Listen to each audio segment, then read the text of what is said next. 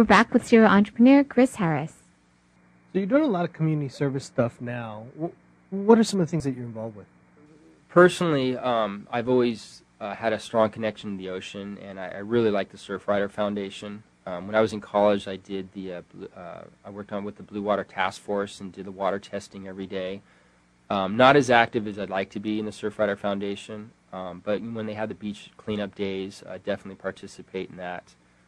But on a personal note, anytime you go to the beach as an individual, you can make a big difference just by picking trash up. Just breaking it down to the real basic stuff.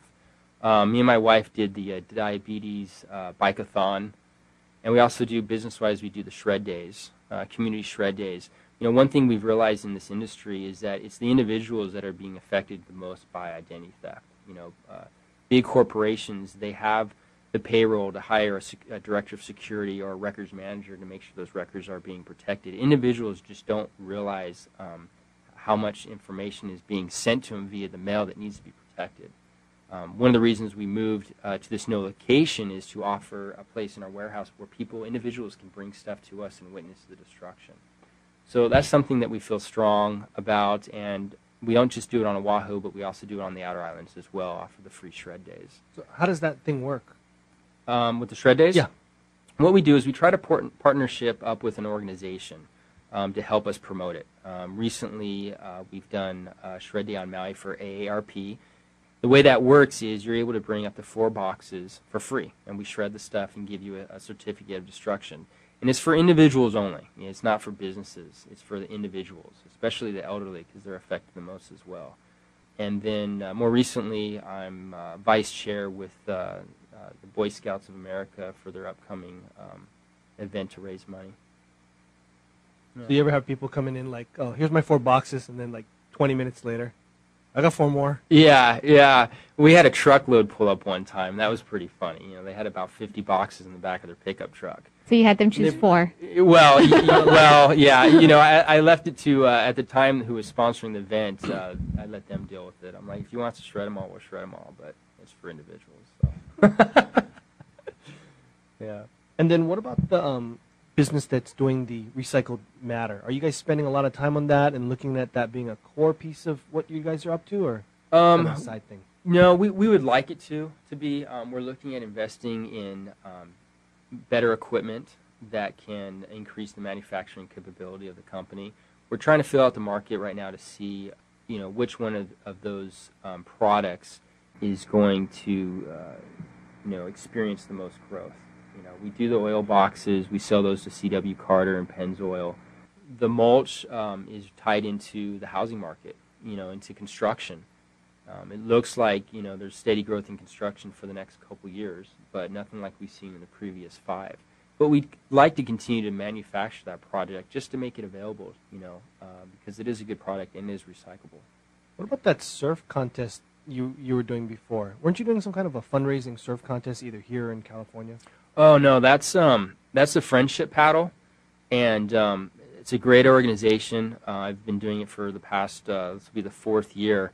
And what it is it's a nonprofit, and what they do is they choose an individual has a family, who's married and has kids, who's dying, has a terminal illness. And what we do is we do a paddle race. It's 25 minimum, up to 35 miles on the California coast.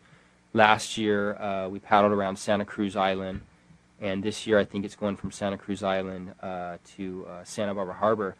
And as individual paddlers, you're responsible for generating donations, to support your paddle. And that money, they can use it for any means that they feel necessary. They can use it for medical expenses. They can go on a family vacation. They can, buy a car. Whatever they want to do with it, it's up to them. But it's a great opportunity for the families to spend, their last year, a few months together as a family. And it's a great organization. My brother-in-law, was one of the originators of putting it together, and we've had some great sponsors: Quicksilver, Patagonia, and it's a good time to be with other family members and to hang out and to ground yourself. to realize what really is important. Like they say, you can't take all your toys with you to the grave, but you can take happiness and memories. And it makes you realize that, health is the most important thing. And then what's the most meaningful or touching experience you've had as a result of that organization? Oh, wow. I would actually say that would be last year. The individual that we're paddling for, her son participated in the paddle on different legs. He'd paddle a half mile here and there. And just to see that he was optimistic, obviously somewhat distraught about, what was going on, but very optimistic young kid. And she was bedridden. She was bedridden from 4 days before the paddleboard race. And on the day that we arrived to the beach, the finish line, they had brought her out on a wheelchair on the beach. And it is something that they didn't want to do, but she insisted on it. So, we're coming, finishing up the race, and they have an ambulance pull up, and they're carrying her on this wheelchair, down to the beach. And, that's like, that hits you pretty hard, makes you realize how fortunate you are.